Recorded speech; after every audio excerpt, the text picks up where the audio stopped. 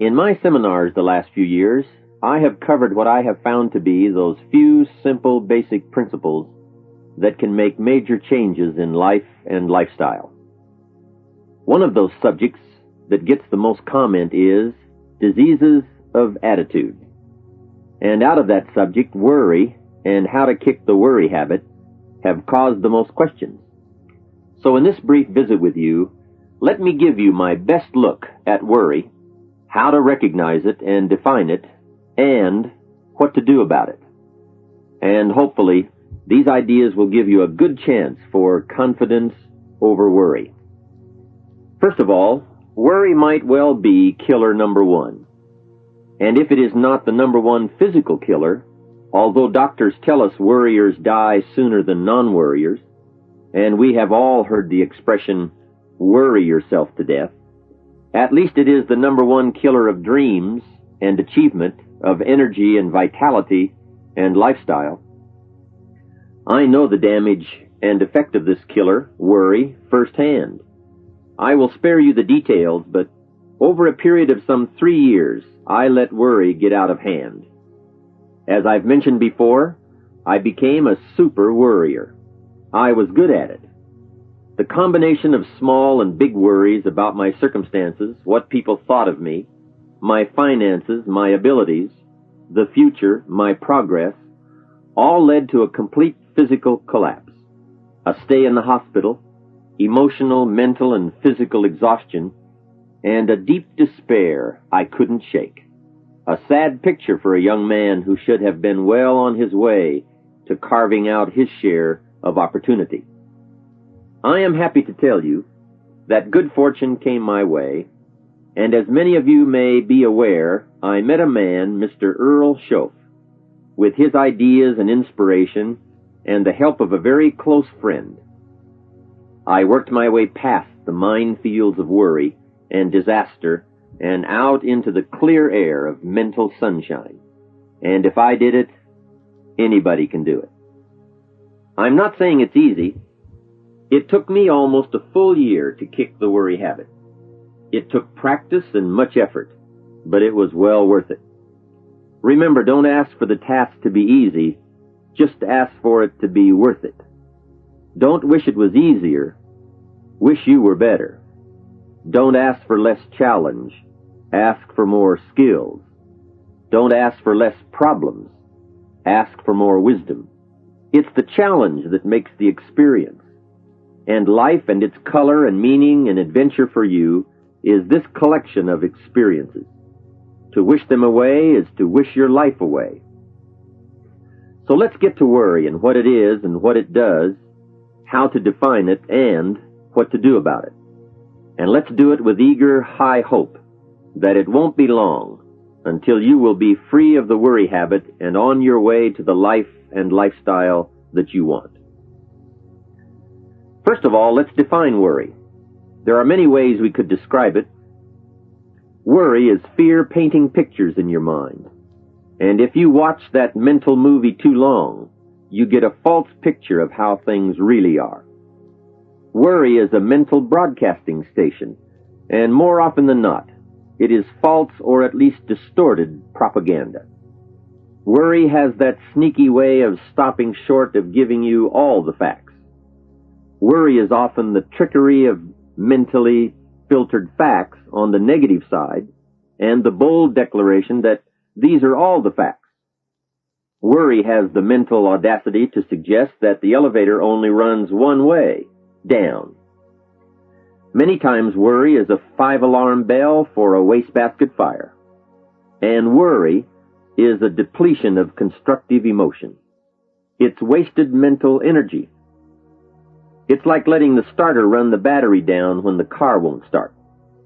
And worry is most often a lack of all the facts, a lack of full understanding, a lack of total information, and an unpreparedness of ability, knowledge, talent, courage, faith, and all the other virtues. That should give us a better definition of worry, and remember, left unchecked, it can become like a mad dog loose in the house. And the sorrow and pain and regret is too large a price to pay not to do something about it. and to do it now. So much for what worry is. The next question is, what can I do about it? What is the first step? My best advice on this is to first recognize worry for what it is, admit what it does, and then decide you now want to be free. It first starts with decision on your part. And may I add, well, you should decide. Why let worry continue to take money out of your pocket and bank account? Why let worry any longer keep you from becoming all you can be? Why let it rob you of better friendships, better business, better profits, better results, better communication, better family relations? Why impose your worry on others any longer? It's a burden you can get rid of and a monkey you can get off your back. Why not be rid of those sinking, nagging feelings that all is not going to be well, that you can't do it, that it won't work out for the best? Worry is undue concern that takes up too much of your mental and emotional time. Now, we must all be concerned. Hey, life is no joke except to the jokers. Life and how to live it is a serious matter. It is risky, full of peril, and there are constant threats to the good we want and to the pursuit of happiness. However, it is undue concern, or concern that takes up too much mental time, that begins the harm. It's like a family planning a wonderful trip. While they certainly should be concerned about the condition of the car, the tires, and making sure they pick the proper route, it would be foolish to allow themselves to be completely turned negative with the thought that they might crash and kill the entire family. If that were the case, even if they went, the entire trip would be turned into one nightmare of fear with the specter of chaos looming around every curve, rather than enjoying the wonderful trip they had planned for themselves and their family. A lot of people do that with their entire life. So, start to make these declarations. And if you mean it, they will start you on your way to confidence and adventure, free of the worry habit. Say first, I've had it with worry. I'm tired of being beaten down and hassled with all those negative mental pictures. I refuse to be tricked by false facts. I'm really not that weak. Never again do I want those sick feelings inside, those mental false alarms. I'm tired of the drain on my resources. I'm tired of the embarrassment of the lack of confidence. I don't want people, especially my family, to see me in this state anymore. I've got more to offer. I refuse to let my life be short-circuited any longer by letting my mind run wild with a distorted view of the facts, whether I bring it up or if it comes from someone else. Prove it to yourself. Think back over all the things that you worried about, all the fantastic, catastrophic events that your well-meaning advisors had told you were going to happen. Be pleased that none of them ever happened to you, or else you would not be alive today. 90% of the things you worry about never happen anyway. All of us have had these well-meaning advisors who want to appear larger in the eyes of those they wish to advise, and who immediately rear back and describe every single bad option they can think of that might possibly happen. By the time they have finished, the one who has come for some confidence and some help wonders why he even bothers to live anymore. And the fact is, those things are never really going to happen anyway. Bring to question now what your mind tells you or what others tell you, and pledge not to go for false alarms. I've had it is a good beginning. This first step will start you arguing with your worry thoughts. Soon you will start to examine your fears and worries to see if they are valid, and you won't let your mind play those mental tricks any longer. It is possible to destroy any emotion you have, including worry and fear, by a very simple process, and that is, analyze it to death. Drag it out on the table and look at it. Weigh it against all of your past experiences. Make sure this one can stand against all the past facts you have. You will now start to use worry instead of letting worry use you. It's a beginning, being in control instead of out of control. You will now let concern and the first signs of worry prompt you to learn, ask questions, and look at all sides in order to evaluate true, positive, constructive action. Now you can say, I will let fear advise me of the facts, but I won't let fear tell me these are all the facts. Nor will I let fear determine my reaction to the facts. I will gladly take up the war of faith over doubt, reason over fear, and positive expectation over worry. So talk to yourself right now into a change of attitude. Be persuasive. Go all out. Show yourself the hell if you don't, and the good life of answers and progress if you do. Say to yourself, what a fantastic feeling it must be to stop the panic drain on my mental energy, emotion, and physical strength. Imagine putting all that saved energy and emotion and strength into my action plans for the good life. Hey, accept the challenge. Believe your beliefs, doubt your doubts, stay on the campaign to give worry a bad time. Like being your own conscientious judge, say, I've had it with the presentation of a one-sided story. I sustain the objection that worry has failed to bring out all the facts. I despise these mental courtroom maneuvers that try to belittle my client, me. I demand the whole truth, and if worry will not be silent, I may cite him for contempt of the court of reason. Call up that scene often when worry wants to hassle you with the same old tricks and the same old results. It will work every time. Okay, let's move on to some really positive steps. If you can survive all that has happened to you up to this moment in your life, in spite of doing and thinking many of the wrong things, imagine how you can succeed by now starting to do some of the right things. First, the best answer to worry is confidence, and confidence starts first with awareness. Here is one of the most important lessons in life to learn. Life and business is like the changing seasons, and the real challenge of life is to learn how to handle the winter and take advantage of the spring. In short, that's it. You see, winter always comes, but so does the spring. Night follows day, but also day follows night. Sure, the tide goes out, but it always comes in. Opportunity follows difficulty as surely as difficulty follows opportunity. For this subject, however, let's talk about how to handle the winters. Those times when worry, like winter, takes its heavy toll. So, we tell it like it is. Winter always comes. So does the night. Some happenings in our life will always be a cause for concern. And sometimes concern turns to worry, and worry turns to fear. But remember, that is to be expected. Each day, each event, each season brings both expected and unexpected challenges that we must think about and make decisions on. Life is like a stream that flows continuously. The better we understand that, the better chance we have to produce good results out of all of our challenges.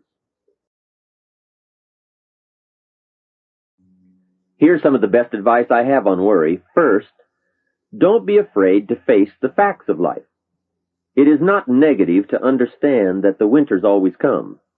Don't be faked out. Don't clip the word impossible out of the dictionary.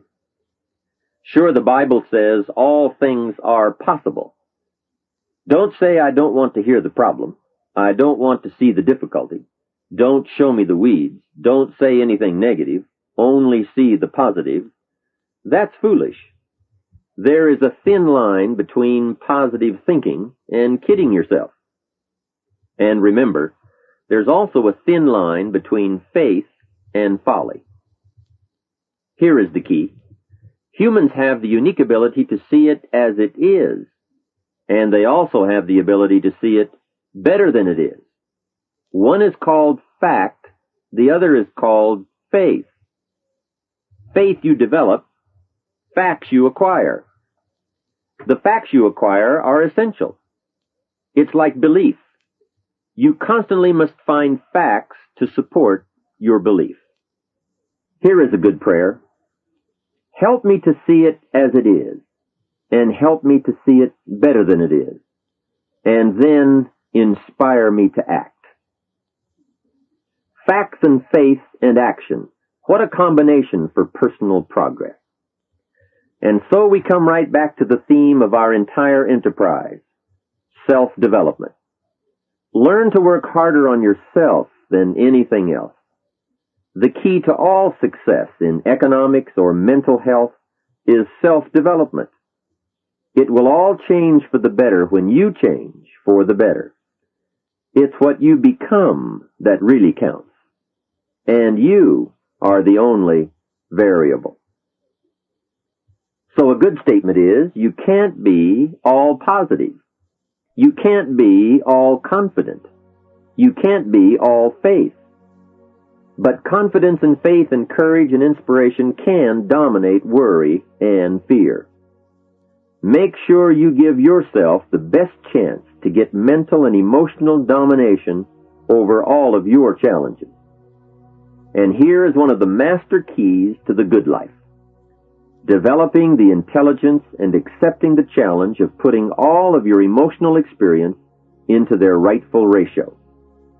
Beginning this progress can bring about the most dramatic changes. You see, disappointment is like winter. It always comes. It is foolish to say, don't be disappointed. But you must learn to discipline your disappointment. If it dominates 51% of your time, you're in trouble. Continued heavy disappointment is like 12 months of winter. And 12 months of winter leaves very little alive.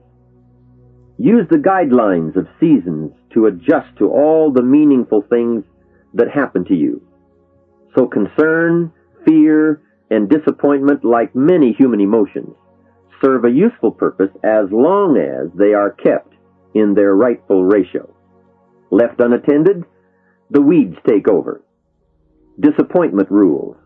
Worry breaks loose. Fear gets the upper hand, and doubt moves in. But managed, worked, given human action with will and knowledge and purpose, and gardens overcome weeds. Faith overcomes doubt, and confidence pushes worry into a small place. The second major key to mastering worry is to respond. Build up inside of you that heavy desire to be free, to get on with building your life and lifestyle. Too much is waiting to delay. Take a new look at your opportunities. Figure out new ways to seize them immediately and make them work for you. And here is a key. Bring a new dedication that you will master yourself with enough discipline to be more than qualified to do the present job and prepare yourself for the next move up. Expose yourself to every stimulation possible that will put all this in perspective. Now let's move on to a very important point, and that is, the best answer to worry is confidence. First, self-confidence. I can better handle next winter. I have a strong shelter. It is stocked with supplies. I now know how to take advantage of the spring. I'm going to plant better crops and bigger crops. I can last through the summer. I won't quit this time. I'll study weeds and how to get rid of them. I'll be less frightened of the changing weather and the quick storms. In the fall, I will exercise more care and reap what I have without complaint and blame nothing for the amount of my harvest. I'll learn to save a fair portion so that I can survive the bad seasons when out of control the hailstorm comes and it all goes wrong. Now we must consider this. The most fatal deterrent to self-confidence is guilt. Not doing all you know how to do to the full extent of your present ability weakens the foundation for confidence. The biggest part of worry comes from the lack of this personal confidence. And lack of confidence comes from two major things. First, no goals or plans. And second, no daily discipline to achieve. The inaction to cure or handle small tasks is what starts the guilt process. And that always tends to make you look at what's wrong and expect the worst.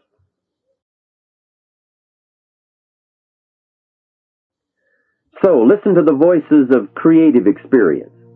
Let nature, experience, wisdom, books, everything speak to you and teach you. Remember, both opportunity and challenge await action. Everything yields to diligence. It's not what you can do, it's what you will do that counts. And undeveloped ability comes from three problems. First, lack of inspiration to find out. Second, lack of reasons to learn. And third, lack of applied time and action for developing those abilities. Remember, humans are remarkable, a marvelously functioning entity. Imagine how uniquely your body and mind have survived and managed to function in spite of all the worry. Humans don't die easy. They die hard. Develop a plan for your life rather than aimlessly drifting through it, the victim of circumstance. Create your own environment and learn to control it. You control your own mental environment by developing yourself. So go on a crash program to clean up decisions, get things done, get other things set up and started and organized. Start doing all the things that would make you feel better. Exercise, diet, reading more books. Open a floodgate of positive